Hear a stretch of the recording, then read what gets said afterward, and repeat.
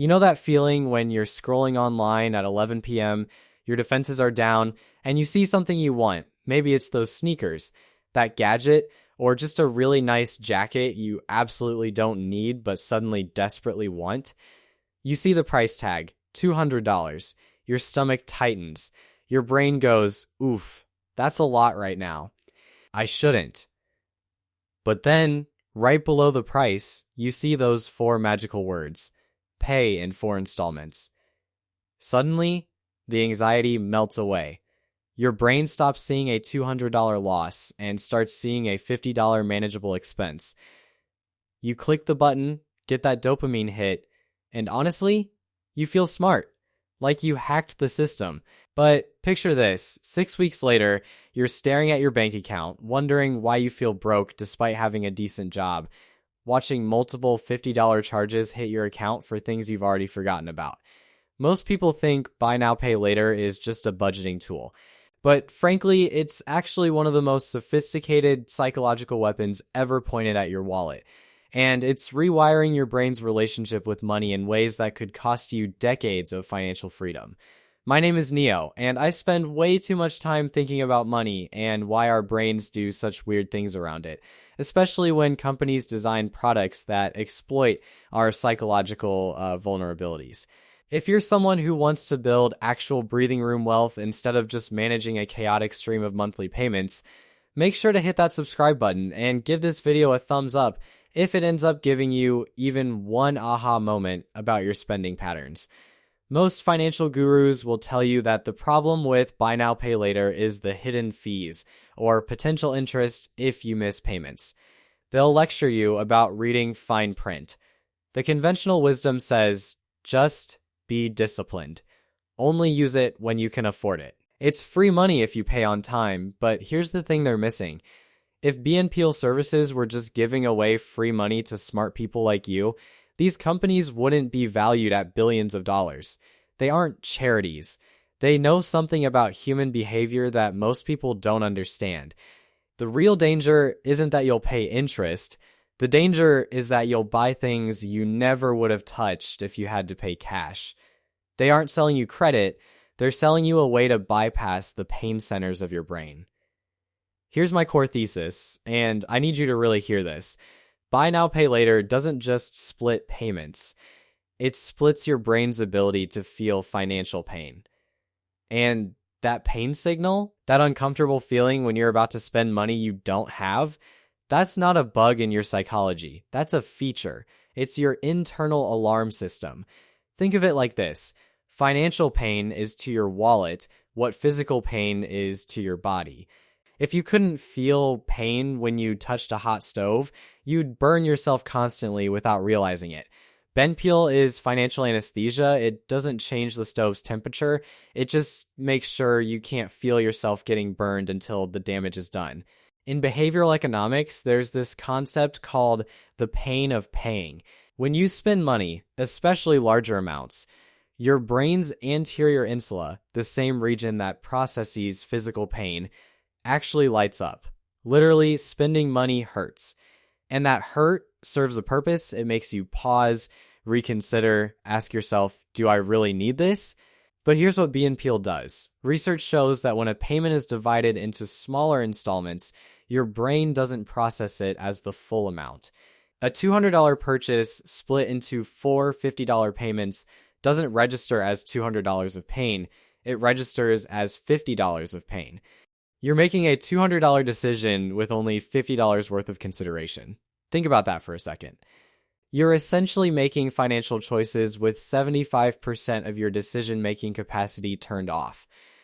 Let me break down exactly what's happening in your head, because understanding this mechanism is the only way to protect yourself from it.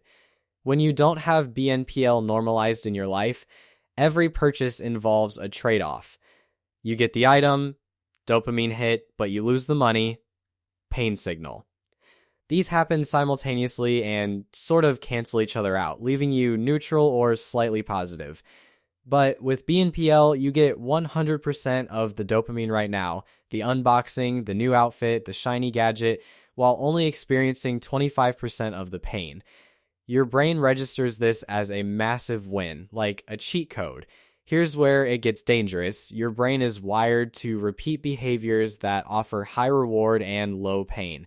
So you aren't just buying a sweater, you're training your brain to view spending as a pain-free activity. Research from the Journal of Consumer Research shows that decoupling payment from consumption can increase willingness to pay by up to 100%. You might spend double on something just because the payment feels distant. This creates what I call the phantom wealth effect. When you use BNPL, your bank account balance lies to you. Let's say you have $2,000 in checking, but 4 active payment plans totaling $600 over the next month. In reality, you have $1,400. But your banking app says $2,000, so your brain operates as if you're $600 richer than you actually are. You might go to a nicer dinner or buy drinks, thinking I've got the cash, creating a distorted reality where you feel wealthy right up until the auto drafts hit. Now let's talk about identity shift, because this is where it gets really deep. When you start using BNPL consistently, you unknowingly shift your identity from someone who saves then buys to someone who gets what they want now and figures it out later. Those sound similar, but they're worlds apart psychologically. Self-perception theory shows that we infer who we are based on what we repeatedly do. If you repeatedly practice delaying gratification, you start seeing yourself as disciplined and future-focused. If you repeatedly outsource financial pain to future you start seeing yourself as someone who's always behind and needs tricks to keep up. Think about 2 versions of yourself. Version A waits an extra month, saves $200, then buys something in full. Version B buys it right now with BNPL and hopes everything lines up later.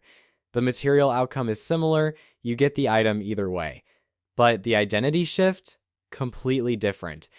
Version A gets the story, I'm someone who can wait, plan, and follow through. Version B gets, I'm always juggling and hoping this works out.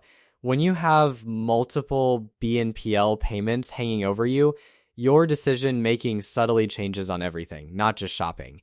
Your brain knows it has financial commitments coming up, so it keeps more mental tabs open. Psychologists call this cognitive load. The more open loops you have, payments due on the 5th, 12th, 19th, and 25th, the less mental bandwidth you have for big picture thinking.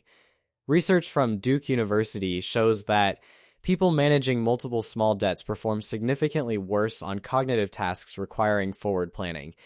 It's not because they're less intelligent, it's because their cognitive bandwidth is being consumed by payment management.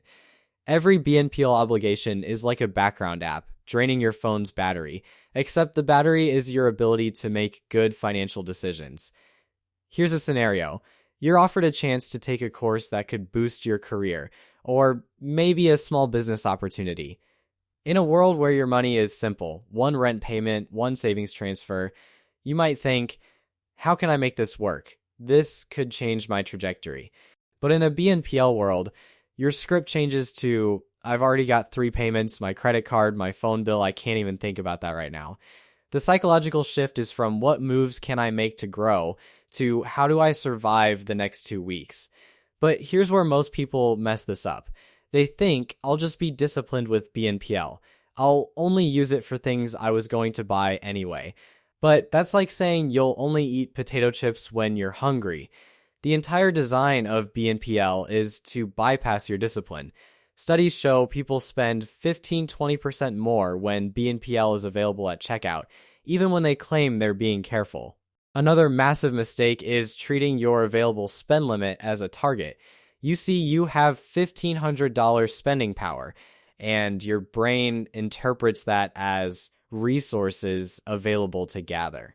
Then there's automating payments and ignoring them. You check that payments went through and think you're doing well because you didn't default. But not defaulting isn't the same as winning. You're just successfully treading water while the current pulls you further out to sea. We need a strategic reframe here. This isn't about budgeting tactics. It's about becoming the type of person who refuses to mortgage their future for a dopamine hit on a Tuesday. Instead of asking, can I make the payments? Ask, is this item worth the chaos? Because that's what debt is. chaos, complexity. Every payment plan you open is a new drain on your mental RAM. We need to reintroduce friction as a feature. We live in a world obsessed with frictionless spending, one-click ordering, tap to pay, Face ID. You need to be the person who intentionally adds friction back in. If you can't feel the pain of paying for something today, you don't deserve the pleasure of owning it. Let's do a reality check with actual numbers, because the math is terrifying. According to the Consumer Financial Protection Bureau, the average BNPL user carries about $1,000 across various platforms throughout the year. You might say, but it's 0% interest. Okay, but let's look at opportunity cost. If you invested that money instead of cycling it through consumer goods, say $83 per month into an S&P 500 index fund, text to our monthly investment tellers FRAC, $1,000, $12 trillion, $83, $33 dollars. Over 30 years, assuming a standard 8% annual return. Text future value $83, 33 lives times IFRAX 1 plus 0.0667, 36 deliers 1 plus 0.0.25,007. That seemingly innocent pay in 4 habit isn't costing you $30,000. It's costing your future self over $125,000. That's not a pair of shoes. That's a down payment on a house, a college fund, or 2 years of early retirement. And here's the kicker. A Lending Tree study found that nearly 70% of BNPL users admit to spending more than they would have if they had to pay up front. You're paying a premium for the privilege of destroying your own wealth.